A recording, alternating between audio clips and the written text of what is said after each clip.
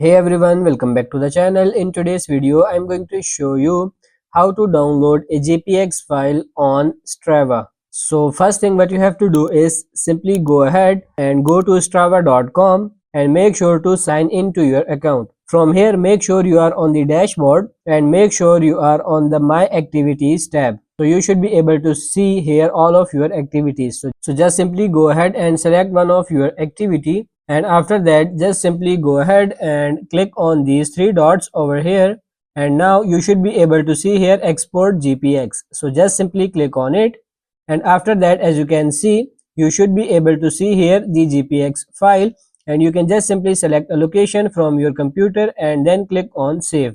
Now from there you should be able to have the GPX file, and then you are good to go. So that's how to download a GPX file on Strava. I hope this video was helpful. If it is, like it and subscribe to the channel. Thank you.